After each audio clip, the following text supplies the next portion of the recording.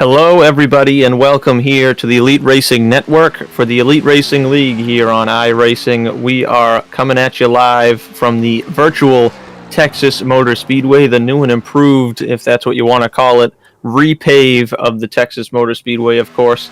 And this is race number 8 of the season, the Signing Day Sports 150. 100 laps, 150 miles around the 1.5 mile Speedway here in Fort Worth, Texas. Bound to be a good race. This is race number 8 of the season, like I said, out of 11 on the regular season, so we are closing in on that time when we have to cut down to 14 drivers battling for the championship. But here we are this week at Texas Motor Speedway.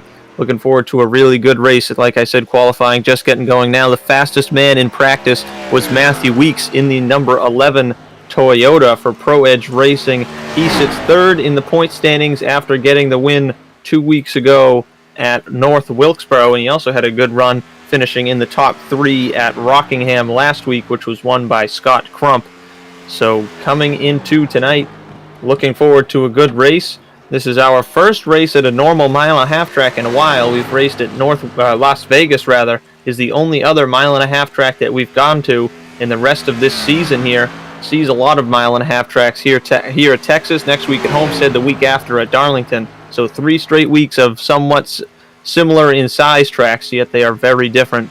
But here we come into Texas Motor Speedway. Jordan, we are looking forward to a really good race here, and I don't know really what to expect. This might be my first time at this track for an Elite Racing League event other than maybe an IndyCar race a while ago, and it's a track that I don't have a ton of experience racing on myself. So what are you thinking here coming into tonight?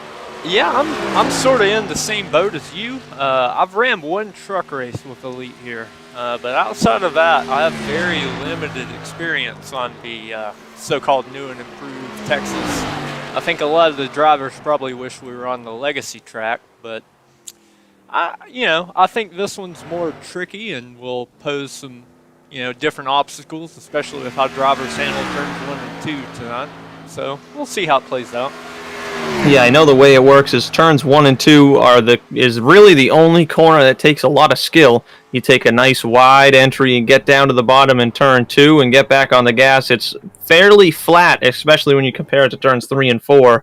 It is turns 1 and 2, you got to whoa it way up, and then when you get to turns 3 and 4, it's a lot narrower and at the same time a lot higher banked, and you are basically wide open on fresh tires right on the white line on the bottom of the track here. As we watch Hank Steinmiller, he was coming out of 4 to complete his lap, and man, he spun across the line, so he's not going to have a time here qualifying for Hank Steinmiller there out of Lake Norman Motorsports. Yeah, and that's the tough thing. When you come out of 4 there on your fast lap number 1 and you cross the line spinning out, that's it. You don't get any lap. Yeah, you could tell he was on the brakes trying to stop to reset, but just got there too quick.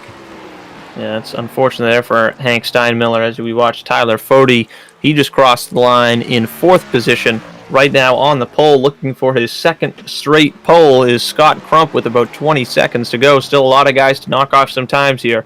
But Scott Crump looking for pole number 2, and that would be number 2 in a row as well, which I believe he also got 2 poles in a row earlier in the season in the Cup Series as well. So Scott Crump has definitely put himself up on the wheel here as he's looking for another pole. Just a few seconds to go here. He might be able to steal it. Yeah, it looks like, Matthew Weeks ended up 15th. He's not going to be happy with that. Yeah, surprising based off of what he ran in practice is Matthew Weeks in 15th.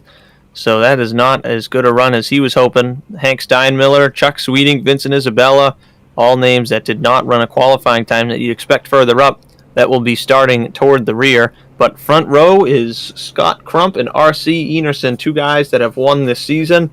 They are on the front row. David Tooker, a guy who has not won yet this season, but is definitely one of the winning drivers speed-wise every week here, as he sits 8th in the point standings. Has not really been as good of a season as he hoped, and he's going to try to pick up a win here at Texas. Tyler Fode starts 4th. As you see the starting lineup on your screen, Fode is the points leader, and he has won a race this season, and he has a major lead, a 28-point lead over R.C. Enerson, who starts 2nd. He's also 2nd in the point standings.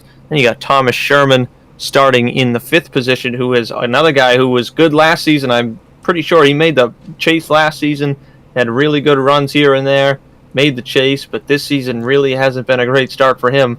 He is starting in fifth as we roll through the rest of the starting grid here as drivers take to the grid.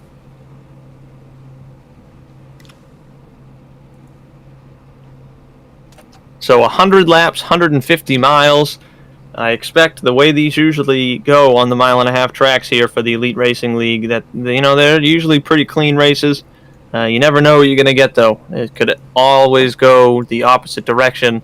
So we'll have to wait and see what we get here at the Texas Motor Speedway. Yeah, it should be interesting. It looks like we got a little bit of a smaller field than we have had all season long. So, it gives us potential to possibly have this thing run green. Of course, they might prove me wrong in the first couple of laps.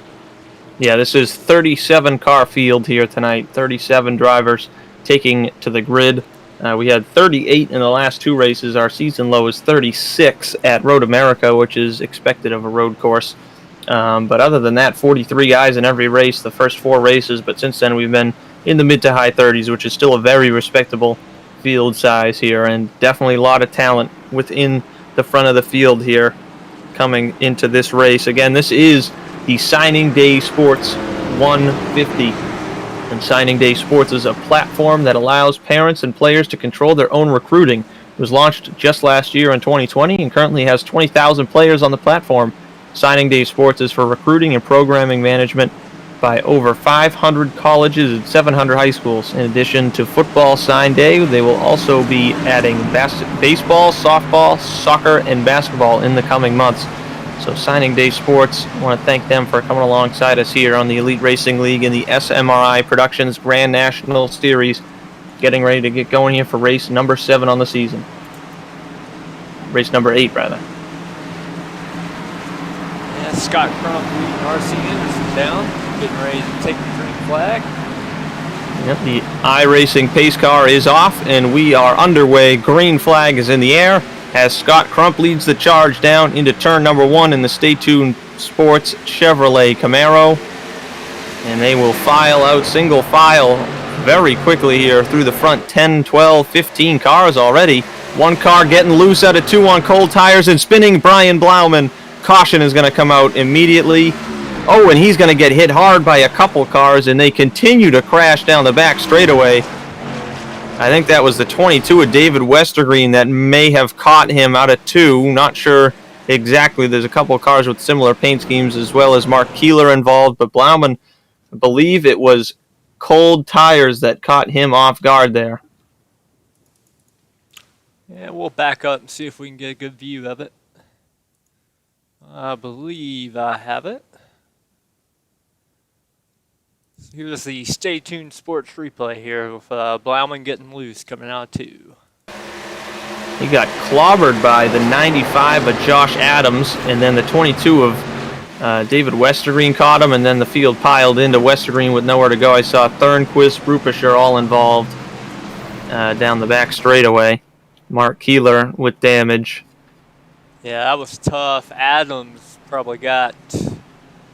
I wouldn't be surprised if he got engine damage from that one. Yeah, he gave a hard hit there to the spinning 29 machine, who's had a great season. Too bad to see him out so early in this race. But yeah, Adams took a heavy shot to the left front, and he hit the wall with the right side. So heavy damage there. But too bad we're going to get a caution here early in the race. And that one's going to take out a couple of cars. Westergreen more than likely out of the race with that damage he got, as well as a few others. But under caution here immediately in the Signing Day Sports 150.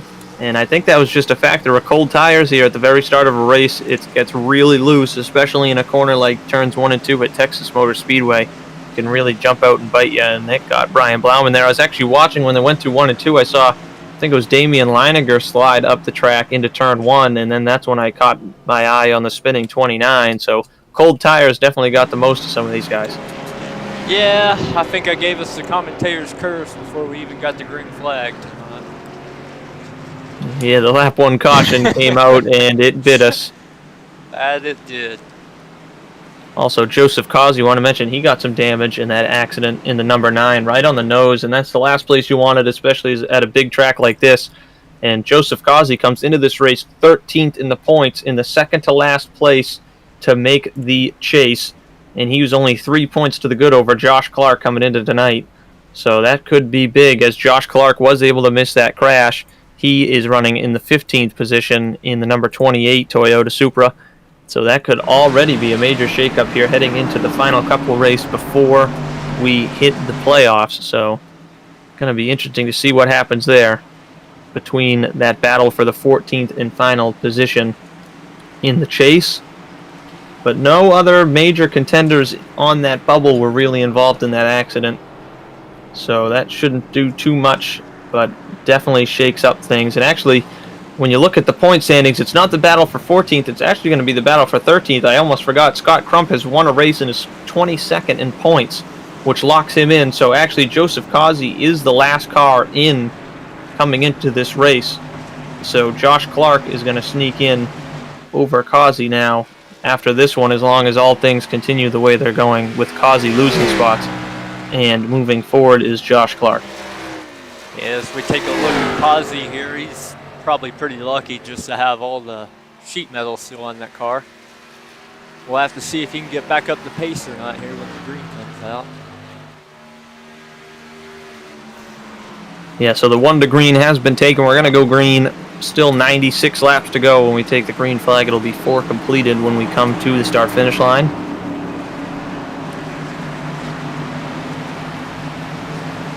I don't know how Matthew Weeks did it, but he went from 15th to 9th in that half lap we did.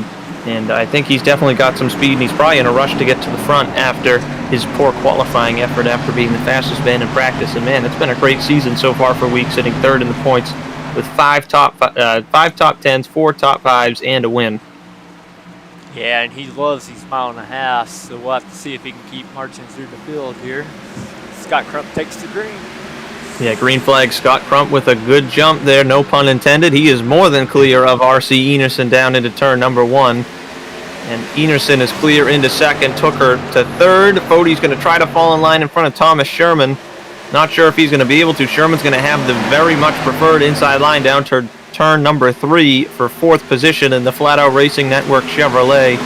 He's on the inside of that orange Days Gone By Chevy of Tyler Fode, but Fode getting a good run through 3 and 4. Keeps his foot in it as Sherman got a little loose, getting pinched down by Fode. Yeah, looks like Chad Frankenfield is going to take advantage of that. Dive under him in the 1 here. Yeah, Chad Frankenfield, another guy sitting on that bubble. He's 12th in the point standings right now, sitting on that playoff bubble. And again, Thomas Sherman, a guy who's had a really miserable start to this season. He is 26th in the point standings, and that is not where he wants to be after being a top 14 driver last season. I know he's had a couple internet issues, some technical problems that have knocked him out of a few races. He has pretty much found himself in a must-win situation here coming down to the end of the season, and he definitely has the speed to do it. Currently running position number 6 as Chris Wright is going to move to the inside of Ethan Burrell into turn number 2, trying to get a good run on exit here into 3 and 4. Didn't quite get under him, so he's going to fall back in line behind Sherman and Burrell as the top 5 cars, led by Scott Crump, have driven away from 6th on back. Yeah, it looks like Scott's been able to jump out to a little bit of an advantage, but you could throw a blanket over 2nd through 5th right now. Chad Frankenfield makes the move under Fode, and Tyler Fode is going to let Chad Frankenfield by into 4th. He's going to take it easy on these tires. We know, and we say it most weeks on tracks where tire management really matters, as Tyler Fode's good at it, as he drops back into 5th position and lets Chad drive up through the field here. Chad is a guy who maybe doesn't save his tires as much as others. And we're going to see how it works. He caught the apron there in turn 4. He's going to lose some ground back to Tyler Fode, who now makes the move to the outside, but thinks better of it and bails out into turn number 1. And further up front here, R.C. Enerson's beginning to make some ground on Crump. David took her right, following his tracks. Yeah, still very close single file racing here, as the field has singled out all the way through the top 9, and then it's a pretty major gap all the way back to the 10th place car of Damian Leininger. but still not a ton of battling going on except for Chad Frankenfield, who drops his left side tires in the grass in the tri-oval. He is not letting off one bit. He is max push mode right now, not saving anything. He also has the fastest lap of the race, and last time by put out the fastest lap of anyone on the racetrack. So definitely not holding back whatsoever is the 15 Ford Mustang of Chad Frankenfield. As he's under Tooker. Tooker tried to pinch him down. Chad kept his foot in it though, and he is still battling for that third spot. Yeah, this is a great battle for third. I believe Chad would be able to dive it in down to one here. Tooker really didn't want to let him by. He pushed a lot harder than, say, Tyler Fody did, but he eventually is going to get by him here. Maybe Tooker thought better of it, and he's thinking, well, in about 10 laps time, that 15 car is going to fall off, and I'll reel him right back in. But still not sure. This is a new track surface, so we'll have to see how big a deal tire management is compared to, say, in Atlanta or Las Vegas, where maybe tire wear is a much bigger deal. Yeah, even in the truck series, the fall-off wasn't that bad, so that's probably a lot of why Chad's pushing so hard here. He ran that truck race I was in, and he knows good and well if you're going to get it early, take advantage of the tires like you can, try and make up as many positions as possible, and, you know, let the run play out. He's doing a great job of that right now. Absolutely is, as he continues to move forward through the field into third. Started ninth, so big mover right there, as well as Matthew Weeks, I mentioned earlier, up from 15th to 8th. Also, Gerald Campbell, 21st to 12th. That is a big move to the front so far in this race. Yeah, Gerald was one of the people that qualified further back than I expected as well, so we'll have to see if he can keep marching through the field here. He's got the series sponsor on these cars. And of course, I want to mention Vincent Isabella, one of the guys that did not put out a qualifying time, has driven to 18th after starting 34th. So a good run so far by him. And Vincent's been pretty strong this season, currently sitting 11th in the point standings. He's put together some solid finishes. I think he finished second or third at North Wilkesboro. Was a really good run for him. And, you know, he's picked up 2 top 5s this season, and he's trying to keep himself within that chase grid, and he is on the move so far here. Only 14 laps now complete by the leaders here at Texas.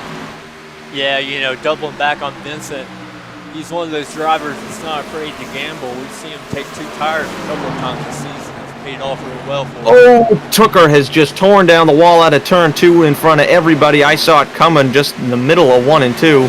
I don't know if they got any damage. Chris Wright, Tyler Fody had to check up. I don't know if they got into each other, but Tooker, he didn't just kiss the wall. He smashed the wall at a turn number 2 there, got really, really tight, and he pushed out. He got out of the gas, and that just made it tighter. He has fallen back to 9th and has some severe damage to the whole right side of that car.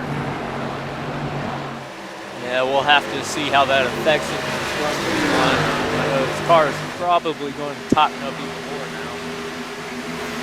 Yeah, that's not going to help. I saw it right when he got in the gas. His car washed way out wide. And yeah, Tyler Fody and Chris Wright may have ping-ponged off of each other just a little bit, but the damage is minor. At least it seems minor between them two. It was a little bit of net code contact. I don't even know if it picked up any damage, but they've gotten away with it so far, and that incident there strung the field out big time as Scott Crump is losing ground to R.C. Enerson running second. Yeah, as we watch Matthew Weeks complete a pass for 6, and Tyler Fody will hop up front here. You see R.C. Enerson just slowly reeling Scott Crump in. Yeah, again, that's crazy though. Matthew Weeks up another position from 15th to 6th. But yeah, this battle for the lead is getting ever so closer as Scott Crump is losing ground here to Enerson, who is running about half a tenth a lap faster. Lap in and lap out. That 50 car is reeling in Scott Crump, looking for his 3rd win of the season. He is the only multi-time winner so far this season, with a pair of victories earlier in the season. And he is looking for number 3 right now. He dominated Road America, and he also won in pretty dominating fashion as well at Las Vegas, the only other mile and a half of the season. So definitely R.C. Enerson has some speed here on the mile and a half at Texas. We'll see if he can pull it off. Yeah, that last lap, it looks like Crump actually pulled a couple of tenths on him, though, so he could still be holding a little bit back. Yeah, RC ran 2/10 slower than he did the lap before, and Crump ran a 1/10.5 faster. So definitely some change there in pace by the two of them. Some for the good, some for the worse. Crump was a little wide there through 3 and 4. See what the lap times are this time by, but it's been really close still, lap in and lap out from these guys. That time by was about even. RC was just a few hundredths faster. So we'll have to see how this plays out, as these guys are really running each other pretty hard while at the same time trying to save. Yeah, back here we're going to have a battle for third, heating up pretty quickly. His right seems to be reeling Chad Frankenfield in. Yeah, Chris Wright was the fastest car on the track last time by a 31.255, was 2/10 faster than Chad Frankenfield and about a 10th faster than our leader, Scott Crump. And he just ran another fast time because he is catching up to Chad fast. And again, that time he ran another 31.285, which was 2/10 faster than our leader and 4/10 faster than Chad Frankenfield. Chris Wright has put the pedal to the metal here as he has picked up the pace big time to the inside of Chad Frankenfield for third. See if he can get it done here. He got out of the gas early so he could get back down to the power late. He caught the apron in the middle of 3 and 4 though. He's got his nose out in front of Chad. We'll see if Chad decides to fight him on top, which is doable here through 1 and 2 more than it is in 3 and 4. Run pretty even, but I think Chad's going to fall in line here in 4th place as Chris Wright moves up into position number 3 in the number 69 Super Dope Podcast Belly Up Sports Chevrolet.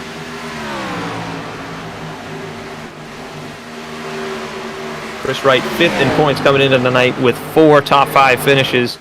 Solid track record so far this season for the 69. Couple wrecks here and there, I know, but other than that, he has shown the speed.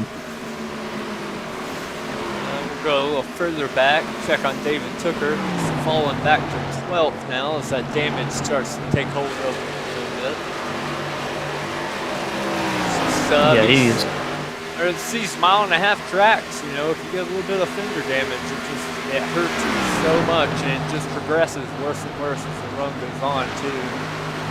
Yeah, he's falling back really fast. Honestly, faster than I thought he even would. Also, Josh Adams, who picked up some damage in the first accident. Ooh, was Harrison Talon just tore down the wall out of turn 4 right next to Josh Adams.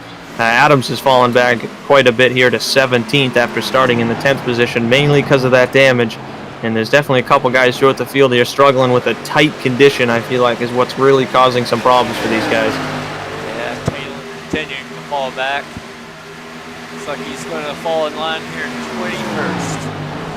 Yeah, he caught the wall pretty good there out of turn 4. So he's definitely struggling with a tight race car. Started 14th, and he is now falling, yeah, like you said, outside of the top 20 now. Behind him in 22nd is Hank Steinmiller, who had to start near the rear after ruining his qualifying lap. Yeah, Hank on the move back forwards, up to 22nd. Not as impressive, though, as Vincent Isabella, who started in the back as well, up to position 16. But coming now, completing 25 laps, a quarter of the way into this race, only 1 caution so far. We'll have to see how this plays out, but if it does go green the whole way, or at least a long way, it is a 1-stop race for fuel and tires. There's obviously different strategies you could pull. You could stretch it as long as you can, or you could just split the race in half around lap 50 or 55, since we had a couple caution laps at the start if you wanted to go an extra couple laps there. But we'll have to see what strategies these guys pull, because it's all about if the caution falls, or if it does, when it does.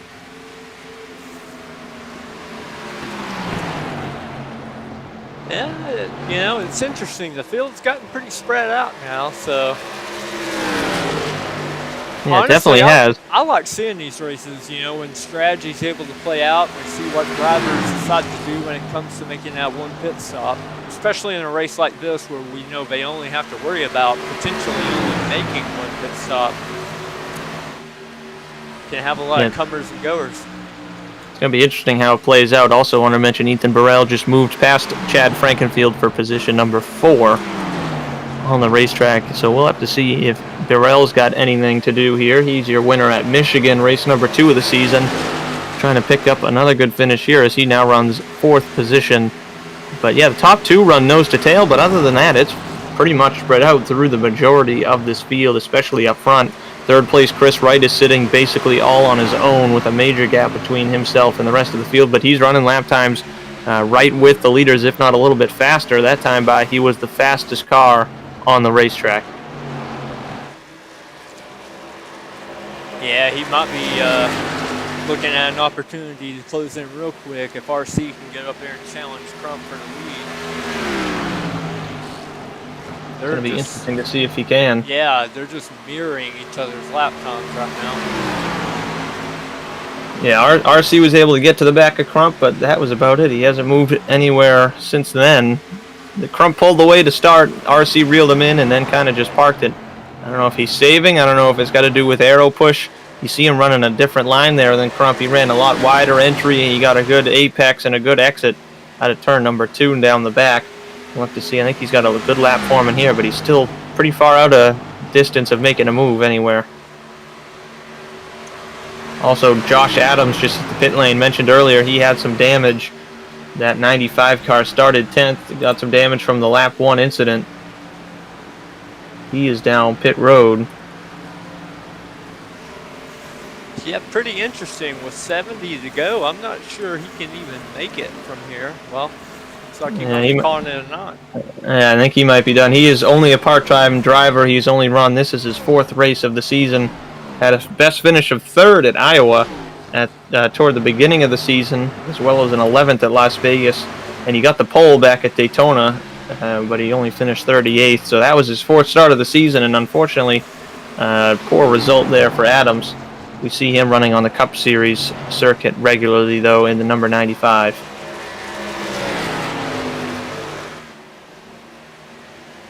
So I wanted to give a quick shout out to some of our partners here for tonight's Signing Day Sports 150. Of course, this is the SMRI Productions Grand National Series, and SMRI Productions is an independent media and record label company that exists at the intersection of creation, media, and technology. They focus on delivering comprehensive digital content with organic media for all of your digital needs. They also provide multiple avenues of content consumption, making sure that you're always in control. As a content provider, SMRI offers a unique, ever-growing catalog to fit your needs for any bespoke media desire. So we want to thank SMRI Productions for hopping on board here with the Grand National Series of the Elite Racing League, and also C2 Freight Resources offers complete freight management services. They're ready to meet your needs today as well as your changing needs in the future. With thousands of qualified carriers in their database, they're capable of handling shipping for every type of goods, from perishable foods to office equipment. Whatever you need to ship, they have access to the necessary equipment, including flatbeds, double drops, vans, tankers, refrigerated equipment, multi-axle heavy haulers, dump trucks, auto carriers, intermodal containers, and more. I want to thank C2 Freight for being a premier partner of the Elite Racing League as we close in on the completion of lap 35 here.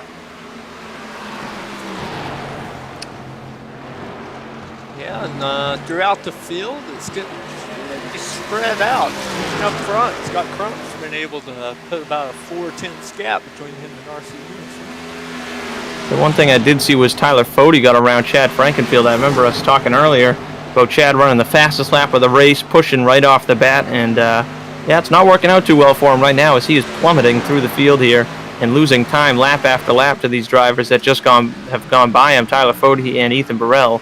So problems there for Chad as he probably wore out his tires a little bit more than he would have hoped. Yeah, I think you're right. He's losing a lap right now.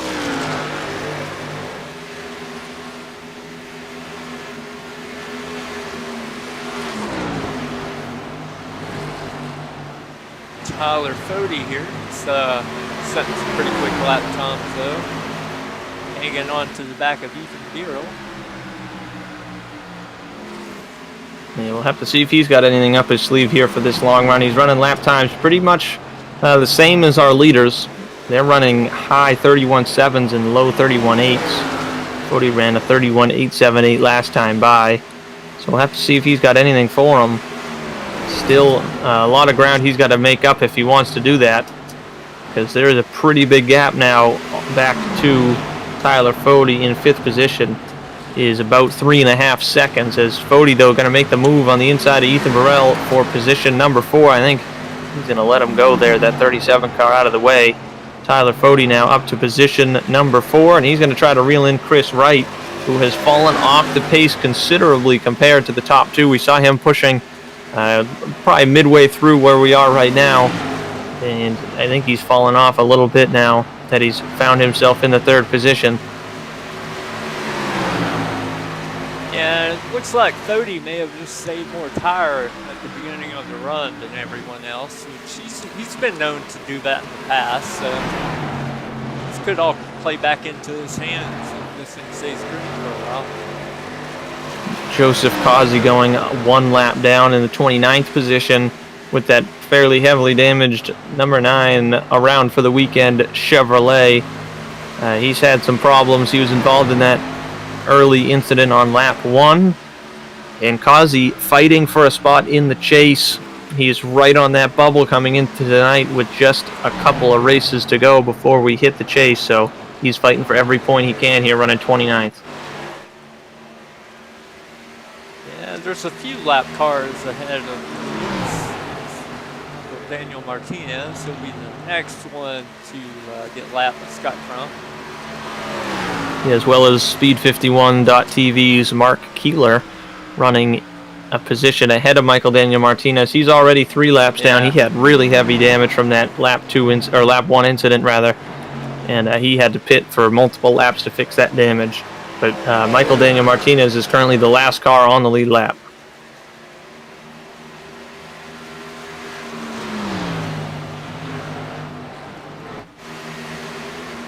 About the closest battle on tracks is the Fode and Girls.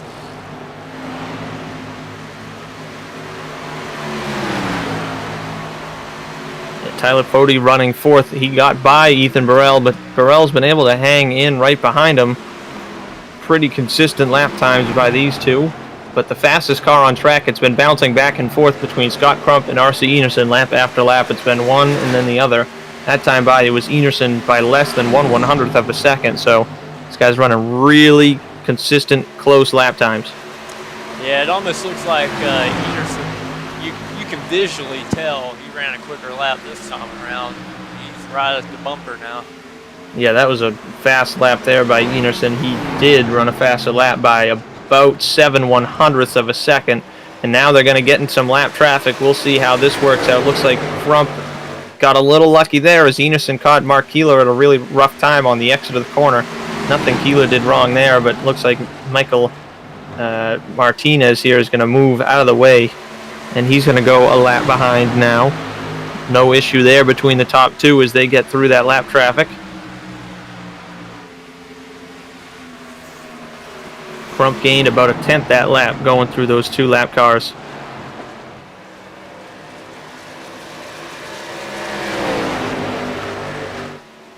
Yeah, they don't have to worry about lap traffic for a little while longer. Scott Haney's the next in front of him, but he's probably about 7 seconds up the road. So we're liable to see pit stops before they actually get around to lapping anyone else.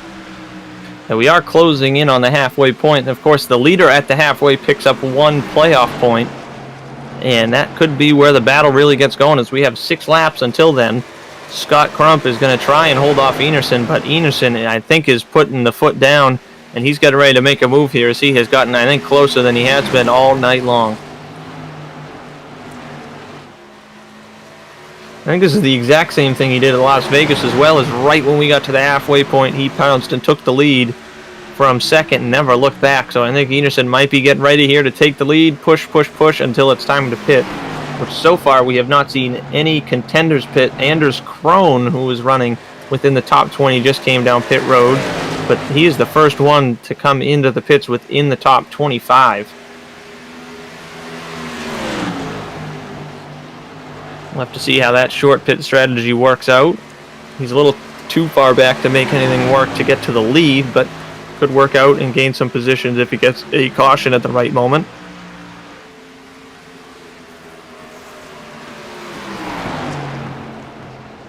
Yeah, this is just absolutely fantastic racing up front. Watching these guys try and find an extra 10th every lap. You can see RC, he's searching everywhere in turns 1 and 2 and 3 and 4, trying to run a different line, apexing at a different time. It's fun to watch.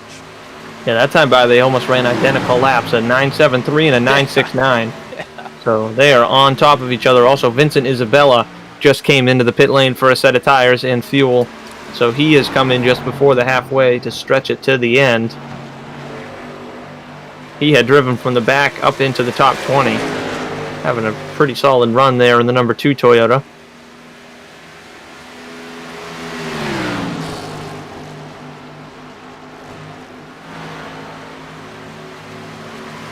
Dustin Dewar also on the pit lane. Yeah, we're getting to that point in the race. We're going to start seeing drivers just start to peel off. And before you know it, you'll probably see a lot of drivers hit the road. Scott Crump trying to hold on and lead through the halfway. He's hoping to get a playoff point. He is hoping to pick up a bonus point for leading the most laps. If he can lead every lap through halfway, that locks that up. He's trying to pick up everything he can, even though he has already won a race. I think the most important thing here is picking up that playoff point.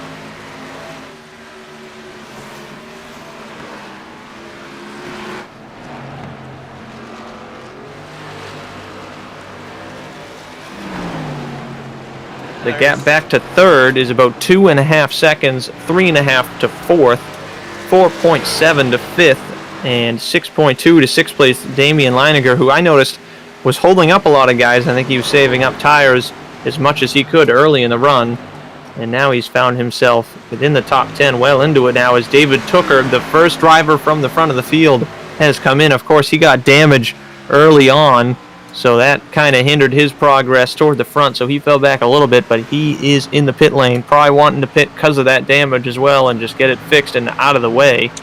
Ooh, as Scott Crump gets passed by Dustin Dewar on fresh tires. Also, Scott Crump has completed lap 50 and led the halfway point. And now he has officially led the most laps as we got a ton of cars starting to dip off pit road. Zach Evans, Harrison Talon, ooh, he might have been speeding. He was going a little fast. Richard Hines as well. A lot of guys starting to dive in. Yeah, I figured once one started to come, they'd all start coming down, especially around the halfway point. One driver I'd expect to see soon would be Matthew Weeks. He's fallen off quite a bit in early race push. Yeah, another guy I wanted to mention, Chad Frankenfield, who I was thinking was coming in quick too because he burnt his stuff up bad. He is in and out of pit road.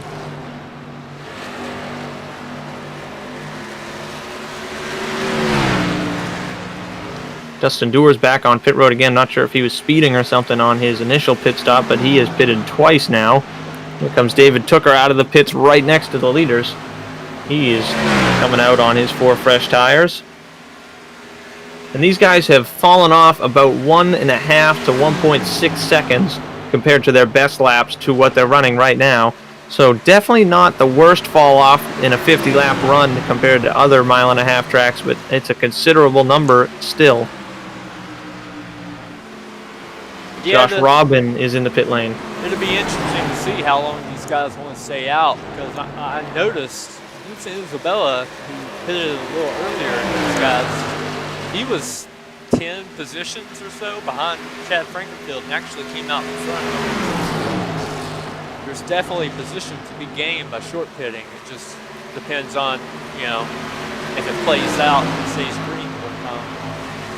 Yeah, of course, when you short pit, you're hoping for the caution to come out right after you get the majority of the field to pit. So you're back on the lead lap, you've gained positions, and then when the caution comes out, you're all going to pit again anyway.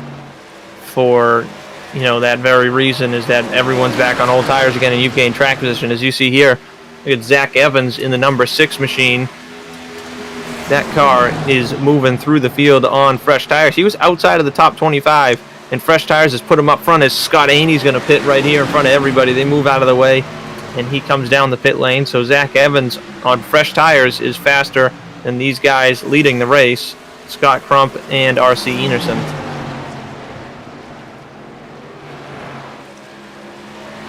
Got Josh Clark on pit road, David Carpenter, Scott Haney, Michael Goodman has pitted. Chuck Sweeting and Andrew Rucker are in. Still a majority of the top 10 has yet to pit until now. R.C. Enerson is coming in, and he's coming in hot. He's got to get that thing woed up, and I think he did just in time. And if he did, which I'm 90% sure he got that thing slowed down, he was flying, and that's going to be a huge advantage.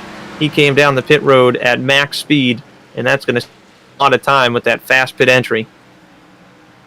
Yeah, he's played his card now. Scott Crump's got to be thinking about coming down pit road this time by. He doesn't want to give up this lead. I would think he'd pit, and yes, he is gonna. He's blowing it up here in 3 and 4. He's gonna pit. Chris Wright and Tyler Fody are staying on the racetrack. Ethan Burrell is coming in. Damian Leininger coming in, but some guys still on the racetrack here. R.C. Enerson's on his way out. Yeah, speaking of Chris Wright and Tyler Fody, Fody has ran him down from about a second and a half back at one point. Yeah, and Chris Wright's moving way to the bottom. I'm going to assume he is pitting right here, and Tyler Fody probably isn't, as he's going to be forced to the outside of Chris Wright, who's going to, woe it down. He's going to pit. Oh, he had Mark Keeler right behind him, who almost got into him. He got around him, though, just fine. Thomas Sherman is also coming down the pits as we speak. Tyler Riggs as well. This is going to be a big advantage. Let's watch. Scott Crump is on his way out, and R.C. Enerson is on his way into turn 1. Crump is coming out of turn 2. Let's see if he can stay out in front of R.C. Enerson. That's a huge advantage, and it's going to be really close here as he comes down the back straightaway. Here comes Enerson. You see the two of them and the gap closing. Crump's going to hold the bottom, and man, they come out right where they left off, and Scott Crump has the advantage of lap pressure tires, but they're cold right now, and almost make contact on the pit exit. Crump is on brand new and cold tires. R.C. Enerson has a lap on his, so they're warmed up. He might have a lap or two at the advantage of fresher tires. Oh, and he almost got in the back of Crump again as Crump got loose and the right rear snuck out from under him. But Crump is holding on, and he could be at a big advantage with that. Just one extra lap fresher tires. He is holding off RC, but it's all go time now as we hit 41 laps to go. Still a load of cars that still need to pit. Tyler Fody, Hank Steinmiller, as Tyler Fody has just pit the pit lane actually, but Gerald Campbell, Matthew Weeks, they might all be coming in right now.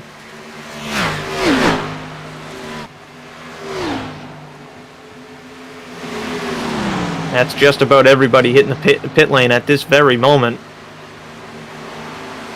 Battle for the lead, though, still heating up as they're behind lap car of Anders Krohn.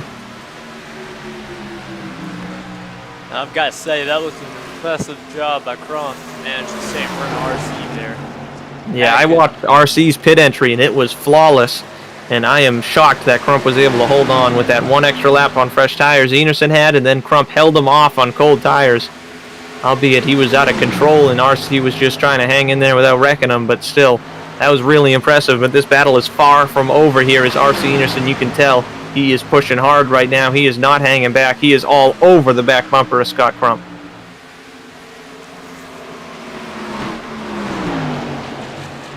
Also wanted to mention that Anders Krohn was actually leading the race there. He had short-pitted shorter than anybody else on the track. He's on 19-lap-old tires. He was leading, and Chad Frankenfield is sitting 4th right now, because they short-pitted a lot shorter than anybody else. Vincent Isabella sits 5th. They all pitted really, really early, so they're going to feel the heat of that right now as they continue to fall back. But a caution at around this point and forcing everybody to come down pit road, that would give them a ton of track position. We'll have to see how that plays out. They're hoping this race does not go green to the end. Ooh, as we got one car out of control coming out of the pits was Matthew Weeks. He holds on to it. But his race has gone from bad to worse here as the poor qualifying effort has hindered him. And now R.C. Enerson having to go around the outside of Matthew Weeks is going to open up that gap for Scott Crump as he catches. Josh Clark has a ton of damage to the nose of that car. Not sure what happened to him. And that's another guy battling for that bubble position. Yeah, let's back up here. Something happened. I don't know what. Well, there was a crash actually on lap 58 coming to 59. It's a few laps back. There was a mess of cars pitting and checking up, and Josh Clark went up the middle of Matthew Weeks and Brent Jones. Okay. And got into Brent Jones. This was a couple laps ago. I saw marks going through the grass. I was wondering why. Everyone kept it straight. But Clark, not only heavy damage as well as Brent Jones, they both had to come back down the pit lane again to serve a penalty. Oh, actually, they have them cleared, so never mind. But, yeah, man, heavy damage for Clark and Brent Jones. We missed Clark getting the damage, but as you saw there on the broadcast, Matthew Weeks about lost it coming out pit road. That's what put him behind the leaders here and a lap down right now. Yeah, so that was a very interesting happening there that knocked Josh Clark far back in the battle for the bubble position, too. It's a very important spot. Now, Weeks could you could play a foil here for Scott Crump here. It's probably going to be quicker than both these guys on fresher tires. Yeah, RC get a bit of a gap. RC just had to pull over out of the way for Scott Crump there, so that lost him even more time as Scott Crump is starting to really run away. He had to pull over to let Weeks pass, who is on fresher tires than both these guys by only a couple laps. He's on 4-lap fresher tires, and you can see that's making a difference. As he's going to fight his way back on the lead lap here, more than likely.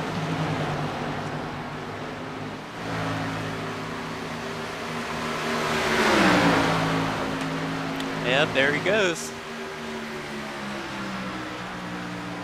Yeah, Weeks to the inside is going to get back on the lead lap.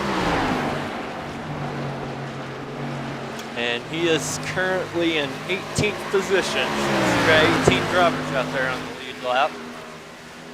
Yeah, 18 guys on the lead lap. 30 cars on the track, including David Westergreen is 33rd. 48 laps down, looking to pick up some more spots here. So we'll see how many he can pick off. He's 48 laps down on the racetrack. He had heavy damage from that lap 1 accident. Now, I want to look back here. This is where the battling is going on. Is 3rd, 4th, 5th, 6th are all pretty close together here. Chris Wright just got by Chad Frankenfield as he's on older tires. Also following through is Ethan Burrell and Tyler Fode, who stayed out longer than both Burrell and Wright. So you'll see Fode here making a move on Burrell. He has 3-lap fresher tires. He's going to move up another spot. And then he's going to try and hunt down Chris Wright, who's in front of him now in 3rd position, as Frankenfield is going to fall through the field. I do think that short pitting strategy, though, even though Frankenfield's going to continue to lose positions, I think in the end it might work out whether we get a caution or not. I think it really helped him out more than it hurt him. Yeah, he's still got 4 seconds. And we're coming to only 30 to go. Yeah, and the longer this thing goes, the more he's going to equalize out. So he's in a good position right now, and especially if they catch another caution before the end of this thing. I was taking a look. Probably the biggest mover of the race has been this guy here. Chuck Sweeting has been on a tear. He started near the very back. Find him Also, up in 8th place now. Wanted to mention Thomas Sherman, who was running up in the top 10. I just looked back. I was wondering why he's running 25th a lap down in a totally clean car. He didn't hit anything. I looked back at his pit stop. He entered the pits doing about 60, and it's a 45-mile-an-hour speed limit. So Thomas Sherman got a hold in the pit lane for speeding on entry, which has put him a lap behind in 25th. So the tough season continues for Thomas Sherman. Yeah, I spoke to Thomas earlier today, and he was talking about hoping his luck was going to turn around. It just looks like bad luck is struck again. Also, the battle for 3rd is about to heat up. It probably won't last long, though, as Tyler Fode has the fresher tires over Chris Wright here. Not much fresher, only 2 laps, but we've seen what that can do as Scott Crump has pulled the gap on R.C. Enerson. But Tyler Fode here, see how long it takes him to get by Chris Wright. It's a hard track to pass at here at Texas. But let's see if he's going to set him up here for a good exit at a turn 2. He's going to go for the run, the wide entry to get a faster exit. He's going to have a run, but I don't think it's enough here unless Wright gives it to him, and he didn't really want to. He tried a wide entry, and Fode almost took that as letting him go, but he stuck his nose under there here as we head into turn number 1 for 3rd. Yeah, Fode's going to have the preferred line dipping down into the 1 here. Oh, Wright came down into the right rear of Fode, man. That couldn't have been any closer. slight contact, if any. That got really hairy there. That almost turned out to be a hard hit for the two of them.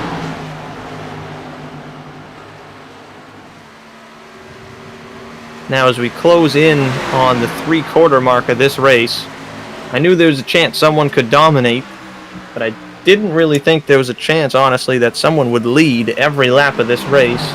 And Scott Crump is on a mission to do that right now. He's on a mission to win 2 races in a row, one in pretty strong fashion last week at Rockingham. I wouldn't say dominating fashion, but at least not dominating fashion compared to this.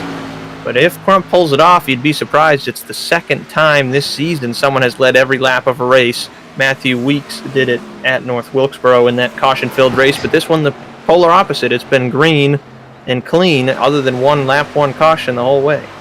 Yeah, I was about to say, it's crazy to think that we could be seeing 2 races with all the laps led, but they couldn't be two more separate types of races.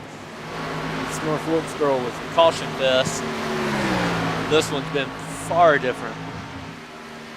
Also wanted to talk about our sponsors once again here. C2 Freight is in their EDI services. C2 Freight offers electronic data interchange services which allow shippers to keep close electronic tabs on their shipments throughout the freight movement process. For more information about EDI services or to discuss your needs for other specialized services, please contact C2 Freight. So we want to thank them for coming on board as a premier partner of the Elite Racing League. Also, Richmar Florists have been serving the Lehigh Valley and beyond since 1955. Richmar Florists has grown into one of the most recognizable floral names in the racing world. Richmar Florists offers delivery around the corner or around the world. A simple and easy to use website, www.richmarflorist.com, offers selections for any of life's special occasions. Richmar Florists is proud partners with Pocono Raceway, Dover International Speedway, and drivers across all 3 series of NASCAR. Support the family-owned company who supports your favorite sport virtually and at the track. Call or order online today. So we want to thank Richmar Florists for coming on board, and also they sponsored Kyle Larson in the Bristol Dirt Truck Race that was just run this afternoon, which he had a pretty solid run going on before calamity struck, and that was quite the wild day of racing they had over there at Bristol Motor Speedway. Glad I got to watch all that before this race got started. Yeah, certainly. I was pleasantly surprised. I didn't think it was going to be that good of a show, and I was happy to be proved wrong.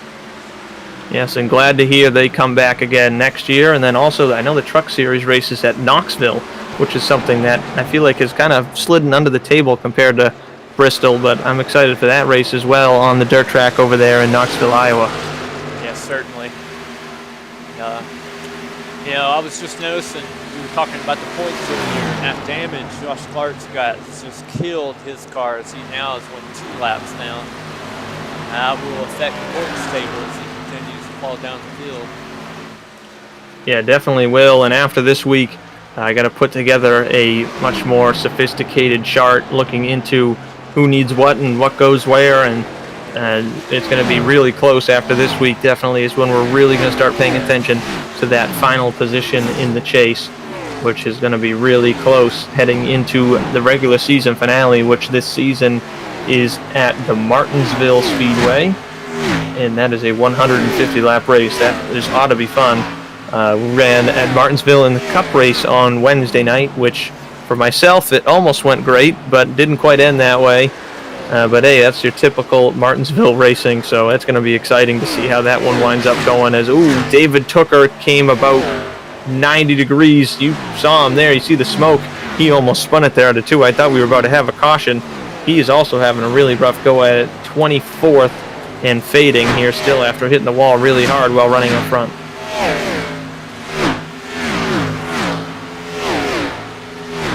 Still 20 laps to go now, and the gap between the top 2 continues to grow as Scott Crump is putting on a clinic here tonight at the Texas Motor Speedway as he continues to lap through the field. Only 16 lead lap cars left. Matthew Weeks is the next car to go a lap down,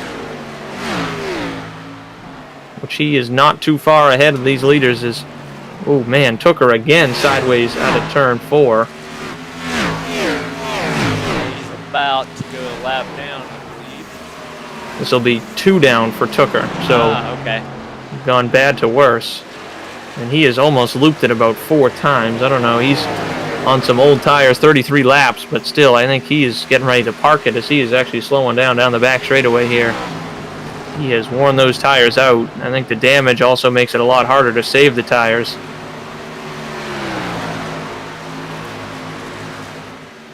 As you saw from our static TV camera angles there, the field is spread out all around the track here so far. Yeah, there's just cars all over the place. There isn't an inch of this racetrack where someone isn't whizzing on by. I wanted to mention good run going on for Chuck Sweeting. You mentioned earlier he short pitted, and he has done a pretty good job holding on here. He's got Damian Leininger, who's had a really strong long run car right behind him, though, getting ready to pounce on him for 6th. So Josh Robin running 9th. Chad Frankenfield holding on for 8th. I think that short pit strategy is really going to pay off here for Chad and others. Josh Robin also short pitted. He's got himself in 9th. So good runs all around.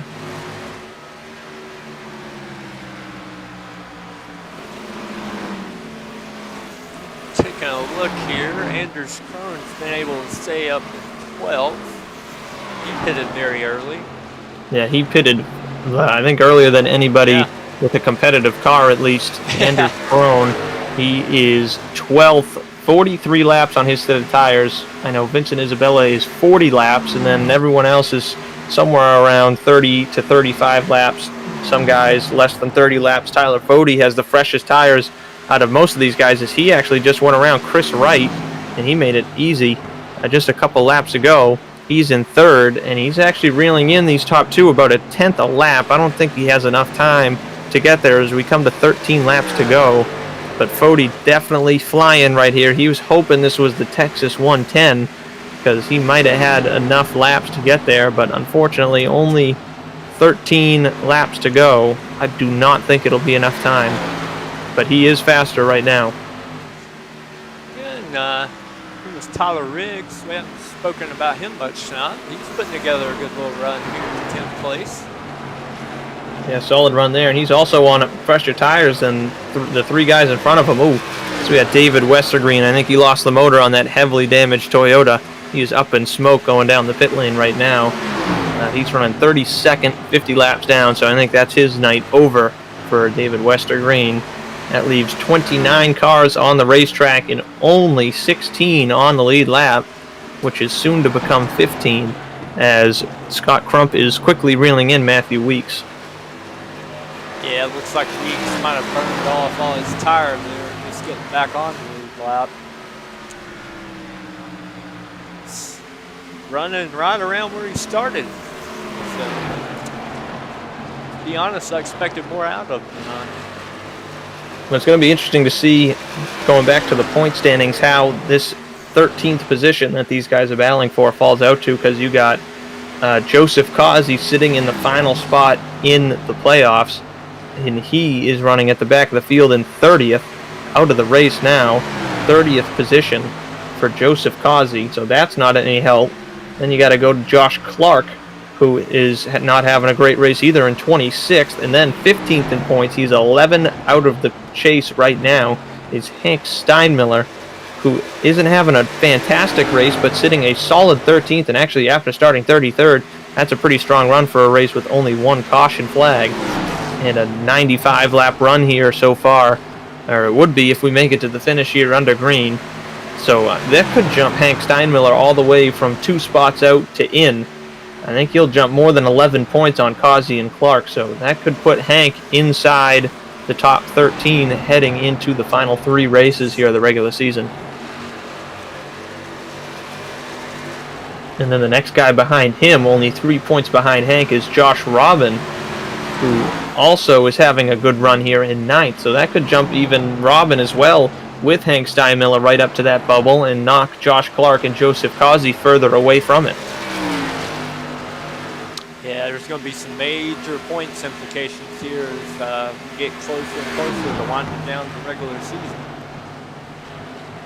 Only 8 laps remain here for Scott Crump. The gap is remaining about the same. R.C. Enerson has reeled in just the slightest bit but not enough to really make anything happen. He's at a second flat.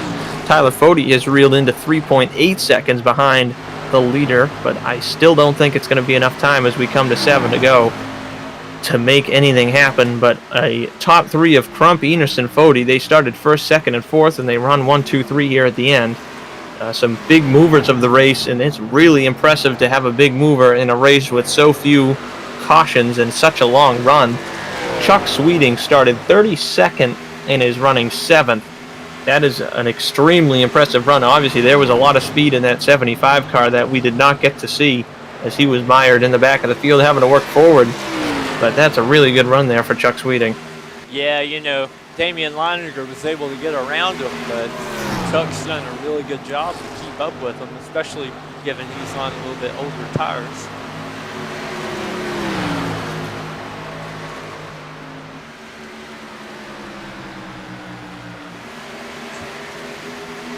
Now 6 laps remain here at Texas Motor Speedway, coming out of turn 4 for 5 laps to go as Matthew Weeks is digging, trying to stay on the lead lap here till the end as Crump reels him in. Yeah, with this kind of lead, Crump might be comfortable just sitting behind Weeks as long as he keeps running this pace. But as I say that, he gains an enormous amount off turn 2 there. Weeks might be about to just let him go. Yeah, Weeks might have to here as Crump drives it in turn 3. Weeks drove it in deep, but up high. I don't think he's going to have much grip. But we do have one car slow on the apron is Mark Keeler. I think he's just pulling off the track here. He's multiple laps behind.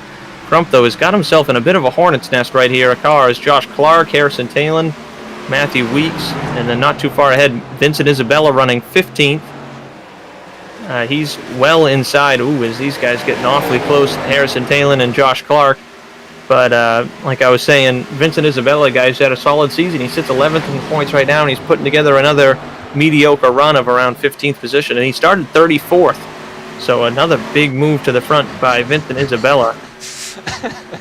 A mediocre run, but you had a great race to come from 34th. yeah, I'd say it's a mediocre finishing position, but a really good run to the front for sure. Yeah, he'll be happy with that. After, you know, everything that's happened to guys around him in the points, I don't think he'll be too mad with it. So coming down to 2 to go, Scott Crump has a lead that actually grew through that lap traffic over R.C. Enerson, over a second and a half now for Scott Crump, trying to become the second driver this season alone to finish and in the first position and lead every single lap of the race. This is the 8th race of the season, and I can't believe that 2 of these races, the guys led every lap and won. And I think R.C. Enerson, he must have come close. Did he lead every lap? Actually, no, he didn't. He missed 1 lap, led under caution. Ooh, as Scott Crump's getting held up a little bit there, coming to the white flag.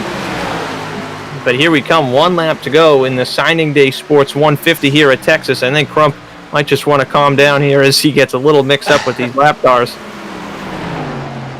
Yeah, Weeks was wanting to get up there and try and steal 15th from Isabella. Crump's just wanting to get to the checkered flag. Yeah, it's a tough thing to have to manage there as they're going to go at it for 15th more than likely here into turn 3 behind our leader, Scott Crump, in the number 90. Coming home 2 poles in a row, led every lap tonight, and he's going to bring home win number 2 in a row here at the Texas Motor Speedway. Scott Crump wins the Signing Day Sports 150 at Texas Motor Speedway in the SMRI Productions Grand National Series here in the Elite Racing League. And man, that was a dominating performance like I don't think we've seen in a few weeks at least. I can think back to RC at Road America. I think back to Matthew Weeks at North Wilkesboro. But man, Scott Crump 2 in a row. That's putting on an absolute clinic.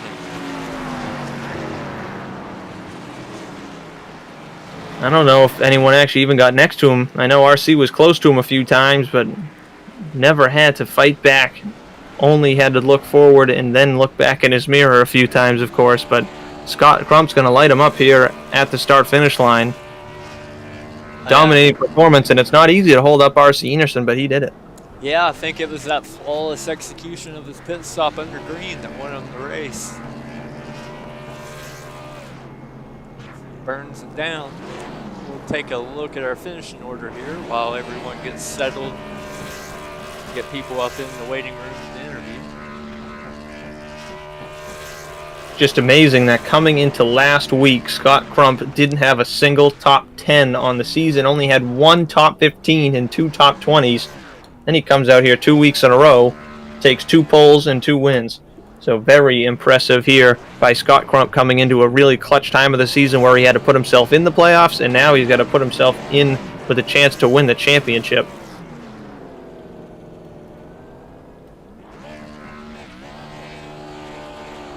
So we'll run through your finishing order. Scott Crump, R.C. Enerson, and Tyler Fode, your top 3. Chris Wright ran, if anyone had the most boring race, it'd probably be Chris Wright. He kind of sat there on his own all night long. He winds up 4th, though, a really good run. Damian Leininger as well in 6th. Chuck Sweeting with the hard charger of the race for sure, 32nd to 7th. Good top 10s for Josh Robin, Tyler Riggs, and Chad Frankenfield after falling back, burning up his tires early, was able to bounce back into the 8th position. Much better than I thought he'd finish.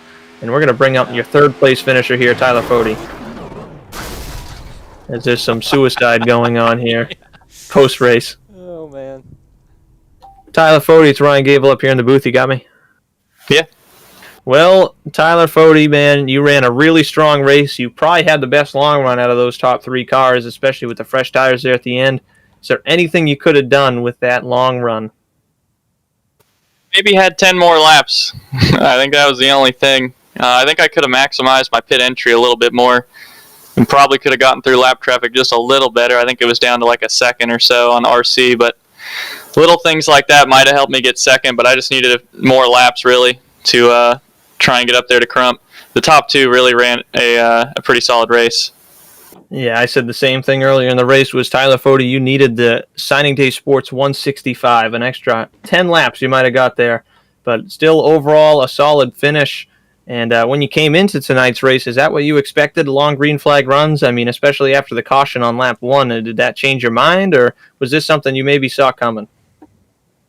Kind of preparing for it. The bigger tracks, especially with this series, we tend to do a little better. Rockingham, we did well for about half of it, and this track being even wider and easier to drive, I figured we'd have a pretty long run, so happy to see that's how it played out.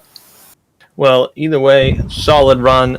Easily going to probably be able to hold on to the points lead that you had coming into tonight of 28 points, looking for that regular season championship with just 3 races to go. And well, congratulations on your 3rd place run, and hopefully we'll be talking to you next week after Homestead. Yeah, thank you. And I got to shout out our team here. Damian, I think, could have squeezed in the top 5. A little bit of a pit stop mishap, I think, got him in 6th. But really happy to see his long run pace. Hank, too, coming from the back up to 11th. Really solid run for them. I got to thank Days Gone By and Blue Egg for being the sponsors also for me. And hopefully we can get up here in Victory Lane in the next few weeks. Well, congratulations on another podium, and we'll see you next week at Homestead. That was your 3rd place finisher, Tyler Fode. We're going to move on up to R.C. Enerson, your runner-up. R.C. Enerson, you got a copy? I do. Well, R.C., you had a heck of a run here tonight. Ran right up the back bumper of Scott Crump for 100 laps. Tell us about your race. I think it was really good. I mean, I wasn't expecting to have the qualifying pace, but I guess it was there. But I knew we were going to have good race pace, just save tires, change the steering out, the steering rack out. But we definitely, it was pretty good. I overshot my box on my pit stop by about 3 or 4 feet and had to hit reverse. So I think that was the reason why we didn't get the overlap. Because I had a screaming pit in, rear lock up everything, and it was a really good pit in. And just overshot the box, and that's kind of what happened there. And it was like, well, there goes the race. Now, that's exactly what I missed, because I remember watching your pit in live, and it was flawless. I was watching, and you barely made it down to 45 miles an hour, which is exactly what you're looking for. But I did miss the fact that you missed your box, because Scott came out right in front of you, and you almost got him when he was sliding around on cold tires, but not much you could do there. Now, what was it that really, in the end, other than the missing the pit box, is there anything else you could have done there to get around Scott, because you've been more aggressive, getting through lap traffic, getting him when he came out of the pits? What could have made the difference? I think one of the huge things was he was able to get by lap traffic in 3 and 4, which I think it holds up a lot less time. Where if you're trying to get through traffic, I felt like I was passing most of the people in 1 and 2. That's what made that gap, and then it was just really tough to reel it in because we were so close on pace that it's just. I mean, I'm just happy with second right now because thank God that wasn't another 10 laps because it's all Fody coming in the rearview mirror. Well, congratulations on the runner-up finish. It's been a great season for you so far here in the SMRI Productions Grand National Series, and looking forward to Homestead next week. Hopefully you get a good run there. Thanks, guys. That was your runner-up, R.C. Enerson. We're going to move on to your winner, Scott Crump. Scott Crump, Ryan Gable up here in the booth. You got a copy? 10-4, I got a copy. Well, welcome back. Deja vu from last week in a lot of ways. 2 poles in a row, 2 wins in a row. Tell us about your race. Oh, I knew it was going to be important to start out front. The car was really loose on the short run, so you really had to manage your stuff there. And it was really tight in 1 and 2 and loose in 3 and 4. And let's see, the pit stops, I had a good pit stop. I think RC slid through his box a little bit, which allowed me to stay out front of him.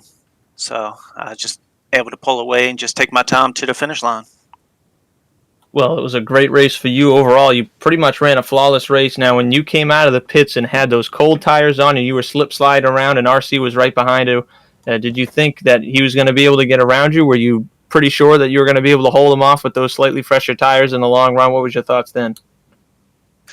I knew I was going to be really loose and it was going to be tough to hold him off, but kind of knew I had to. It would have been tough to get back by him because he ran a stout race and he ran up on me a few times, pushing me and stuff. So, I give it out to him. He ran a hell of a race. Well, congratulations on win number 2, back-to-back here on the season. And looking ahead next week to Homestead, it might fall right up your sleeves here as we came off of this race and you ran so well. What are your thoughts here going into Homestead next week, Darlington 2 weeks, and Martinsville in 3 weeks here as we round out the regular season? Yeah, I like Homestead coming up, and that's one of my better tracks. Martinsville, not so much, but we'll see how it goes. Well, congratulations on win number 2, and we'll maybe talk to you next week. All right, thank you. I'd like to give a few shout-outs. Yeah, go right ahead. Give a shout-out to my sponsor, Stay Tuned Sports podcast, and also DM Graphics. Also, a shout-out to my grandfather and everybody else who watches, and my team, Ruthless Motorsports. Again, congratulations on win number 2. We'll see if you can pick up another one next week. All right, appreciate it. And that was race winner Scott Crump. He did it again 2 weeks in a row.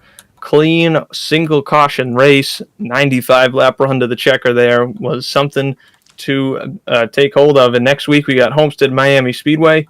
It's going to be really exciting to see how the multi-grooves comes together because we know the top line is going to be good there at Homestead, but definitely going to be a lot of different grooves. I know you ran a race there, Jordan and Erskine, I believe, at that track since the new build, and the multi-grooves definitely played a role in that race. Oh, man, it was fantastic. There was cars all over the place. You would go into a turn and you would just go where someone wasn't, and you could still keep up with them or make time on them. It's one of the tracks that benefited the most from the last big build that iRacing came out with, for sure. Yeah, definitely excited for that race. I think it's going to be a lot of fun watching that one, and I am looking forward to it for sure. But thank you all for tuning in. Tonight was the Signing Day Sports 150 from Texas. Scott Crump picked up back-to-back poles, back-to-back wins here in the Elite Racing League's SMRI Productions Grand National Series. Same place, same time, Homestead Miami Speedway. I'm Ryan Gable, and alongside me, Jordan Owens, signing off.